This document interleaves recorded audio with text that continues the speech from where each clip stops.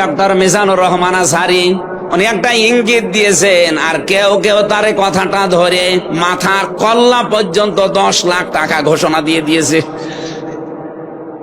আপনার এত টাকা যে একজন মানুষের মাথার দাম আপনি 10 লাখ ঘোষণা দিয়ে দিলেন, তাও আপনি একজন পীর। এটাকে পীর না শয়তান?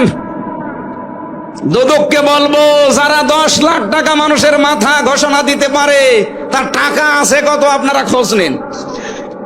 কথা বলেন না কেন? এই পীর গুলোকে আমরা মানুষকে 50,000, 5 লাখ, 10 লাখ টাকার কম্বল বিতরণ করতে দেখি না এই শীতে। তারা মানুষের মাথা চায় 10 লাখের বিনিময়ে। কি হয়েছে? সে একটা অসংলগ্ন কথা বলেছে এই কারণে। আপনি 2 ঘন্টা কথা বলেন তো আমি আপনার 50টা ভুল ধরবো। আমরা 1.5 ঘন্টা 2 ঘন্টা কথা বলে একটা স্লিপ অফ টান হলে সেইটা নিয়ে এই যে কেরামান কাতিবিন উনি একটা কি বলতেছে বলে ফেলেছে। আরে ভাই, আমাদের বয়সই কত? আমার বয়স এখন 33, মিজান ভাই আমার 5 বছরের বড় মাত্র। এসব মিলে নাই তার 38-40 বছর হবে। এখনো তো নবুয়তের বয়সে আমরা পাইনি। কথা বলে না কেন? নবীকে আল্লাহ 40 বছরের আগে নবুয়ত দেয়নি, আমরা তো সে বয়সে এখন মানে পার হতে পারিনি। 2-একটা কথা এদিকে ওদিকে হলে আপনারা মাথা 10 লাখ টাকা। মাথা কি এত ফ্রি? বলেন। কেউ কেউ অলরেডি আবার বলেছে এরা ধর্ম ব্যবসায়ী।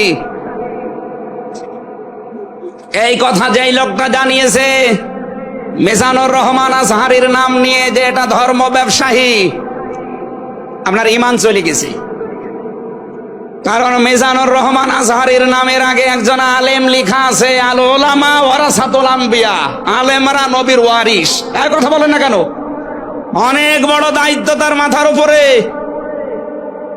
নবীজি জানিয়েছেন আনা খাবাল খাতামান নাবিয়্যিন আলা নাবিয়্যা বাদি, আমি শেষ নবী, আমার পরে কোনো নবী নেই। এ কথার ভেতর একটা ইঙ্গিত আছে, নবী শেষ, তারপরে নবী নেই। অথচ আদম নবী থেকে শুরু করে হযরত ঈসা নবী পর্যন্ত আমরা দেখেছি এক নবী শেষ হওয়ার পরে আর এক নবীর উপরে এ দায়িত্ব এসে পড়তো। উম্মতের দায়িত্ব ভার নবীরা নিত, কিন্তু এখন তো নবী নেই। যেহেতু ওনার ঘোষণা আমার পরে আর কোন নবী নেই, আমি শেষ নবী, এই হিসাবে নবীজি জানিয়েছেন আল উলামা ওয়ারাসাতুল আম্বিয়া, আমি থাকবো না কিন্তু আলেম থাকবে, এরাই আমার ওয়ারিস, এরাই আমার স্থলাভিষিক্ত। নবীর উপরে কথা বললে যেমন আমল আখলাক আল্লাহ নষ্ট করে দেয়, আলেমদের বিরুদ্ধে, আলেমদের উপরে কারো যদি কথা যায় তার পেছনের আল্লাহ সব নষ্ট করে দেবে। অহম লা ইয়াশউরুন, কখন যে নষ্ট হয়ে যাবে আপনি টেরও পাবেন না। এই জন্য সীমা লঙ্ঘন করা যাবে না, কথা এবং আচরণে আপনারা সাবধান থাকবেন। যারা এই সীমা লঙ্ঘন গুলো করছেন, কাদের ইঙ্গিতে করছেন আমরা কিন্তু জানি। মাঝে মাঝে দাদারা এসে আপনাদের কান পড়া দিয়ে যায়, আর আপনারা তখন উল্টা পাল্টা কথা বলতে থাকেন।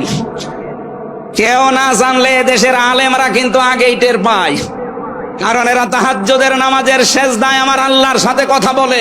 কথা বলেন না কেন?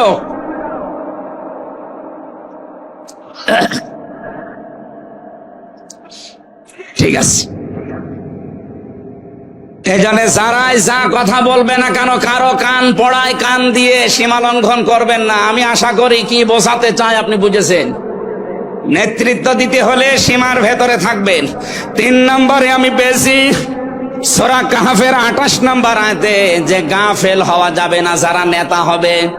অথচ এই দেশে আমরা দেখি এই 54-53 বছরে যারা নেতৃত্ব দিয়েছে অধিকাংশ গুলোই গাফেল। আল্লাহর এই কোরআন সম্পর্কে তারা গাফেল, মানবতা সম্পর্কে তারা গাফেল ছিল। 4 নাম্বারটাই পেয়েছি সূরা নিসা। এইটা আমার মনে হয় না বলাই ভালো, না এইটা বললে সমস্যা আছে।